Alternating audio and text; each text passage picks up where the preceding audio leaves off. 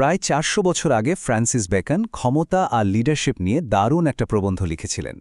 তো আজকে আমরা ওনার সেই বিখ্যাত লেখা অফ গ্রেট প্লেস সেটারই মূল ভাবনাগুলো নিয়ে একটু আলোচনা করব। চলুন তাহলে আর দেরি না করে শুরু করা যাক। শুরুতেই বেকন যে কথাটা বলেছেন সেটা কিন্তু বেশ ভাবার মতো।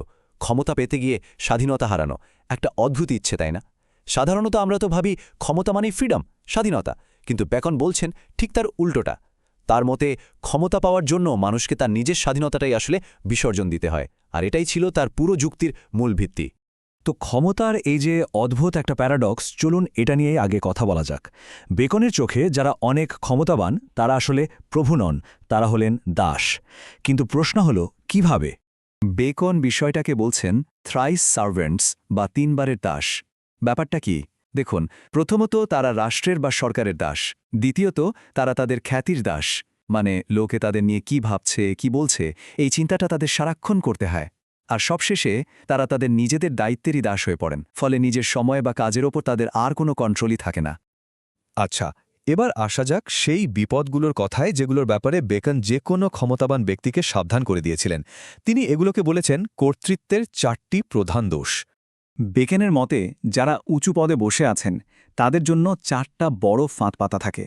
তিনি এই 4টাকে এমন দোষ হিসেবে দেখিয়েছেন যেগুলো শুধু যে একজন লিডারের পতন ঘটায় তাই নয়, বরং সাধারণ মানুষের জন্য কিন্তু সাংঘাতিক ক্ষতিকর হতে পারে।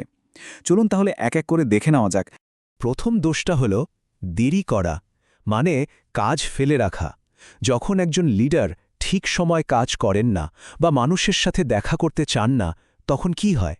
দেশের উন্নতি তো থেমেই যায়, উল্টো সাধারণ মানুষের কষ্ট বাড়ে, আর নেতার উপর থেকে বিশ্বাসটাও একদম চলে যায়। 2 নম্বর, আর সম্ভবত সবচেয়ে পরিচিত দোষটা হল দুর্নীতি, মানে ঘুষ বা অন্যায় সুবিধা নেওয়া। তবে বেকনের মতে একজন ভালো লিডারের কাজ শুধু নিজে সৎ থাকা নয়, তার আসল দায়িত্ব হল তার চারপাশের সবাইকেও সৎ বানানো। কারণ দুর্নীতি ন্যায় বিচারকে পুরোপুরি শেষ করে দেয় আর লিডারের সততা নিয়েও প্রশ্ন তুলে দেয়। তৃতীয় দোষটা হল রুক্ষ বা কঠোর ব্যবহার করা। বেকন বলছেন যে রূঢ় আচরণ দিয়ে হয়তো ভয় দেখানো যায়, কিন্তু তার সাথে জন্ম নেয় ঘৃণা, আর ভয় দেখিয়ে যে আনুগত্য পাওয়া যায় সেটা কিন্তু একদমই টেকে না। তার চেয়ে সম্মান অর্জন করাটা অনেক বেশি কাজের। আর চতুর্থ দোষটা হল অতি নমনীয়তা, মানে খুব বেশি নরম হওয়া বা সবাইকে খুশি করতে যাওয়া। মজার ব্যাপার হলো বেকনের মতে এটা নাকি ঘুষ নেওয়ার চেয়েও খারাপ। কেন? কারণ ঘুষ তো হয়তো মাঝে মাঝে নেওয়া হয়, কিন্তু একজন লিডার যদি সবার চাপেই নতি স্বীকার করতে থাকেন তাহলে তিনি তো অবিরাম দাবির এক জালে আটকা পড়ে যাবেন। তাহলে কি বড় পদে থাকার কোনো ভালো দিকই নেই? না, অবশ্যই আছে। বেকনের বিশ্লেষণ অনুযায়ী ক্ষমতা হলো একটা কয়েনের 2টা পিঠের মতো। একদিকে যেমন অনেক সুযোগ সুবিধা, অন্যদিকে তেমনি আছে অনেক কঠিন দায়িত্ব। একদিকে ক্ষমতা দিয়ে ভালো কাজ করার সুযোগ পাওয়া যায়, সমাজে একটা পজিটিভ পরিবর্তন আনা যায়, সম্মান পাওয়া যায়, কিন্তু মুদ্রার অপর পিঠে আছে বিরাট দায়িত্ব, একাকিত্ব, সারাক্ষণের সমালোচনা আর ব্যর্থ হওয়ার ভয়। ক্ষমতার আসল চ্যালেঞ্জটাই হল এই দুটো দিকের মধ্যে একটা ব্যালেন্স তৈরি করা। তো বেকন শুধু সমস্যার কথাই বলেননি, ক্ষমতাকে ঠিকভাবে ব্যবহার করার জন্য কিছু দারুণ পরামর্শও দিয়েছেন। চলুন এবার সেই পরামর্শগুলোই একটু দেখে নেওয়া যায়। বেকনের পরামর্শগুলো কিন্তু খুবই সোজাসাপটা আর কাজের। যেমন সহকর্মীদের সম্মান করা, তাদের সাথে মিলে কাজ করা, নিজের পদের বড়াই না করা, ব্যক্তিগতভাবে কথা বলার সময় নম্র থাকা। আর তার সবচেয়ে গুরুত্বপূর্ণ পরামর্শটা হলো ক্ষমতা পেয়ে যেন কেউ অহংকারী না হয়ে ওঠে, বরং আরও দায়িত্বশীল হয়। এমন একটা ইমেজ তৈরি করা যাতে লোকে বলে দায়িত্ব পেয়ে মানুষটা আরও ভালো হয়ে গেছে, বদলে গেছে, অহংকারী হয়ে যায়নি।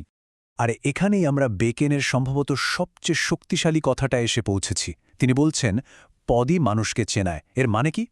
মানে হলো ক্ষমতা আসলে কাউকে বদলে দেয় না, বরং তার আসল পরিচয়টা সবার সামনে নিয়ে আসে। একজন মানুষের আসল চরিত্রটা ঠিক তখনই বোঝা যায় যখন তার হাতে ক্ষমতা দেওয়া হয়। বেকনের এই 400 বছর পুরনো কথাগুলো কিন্তু আজকের দিনেও একদম সত্যি, তাই না? তো শেষ করার আগে একটা প্রশ্ন রেখে যাই ভাবার জন্য। যদি ক্ষমতায় মানুষের আসল চরিত্রটা প্রকাশ করে দেয়, তাহলে আমাদের চারপাশের আজকের দিনের নেতাদের দিকে তাকালে তাদের সম্পর্কে আমরা আসলে কি দেখতে পাই?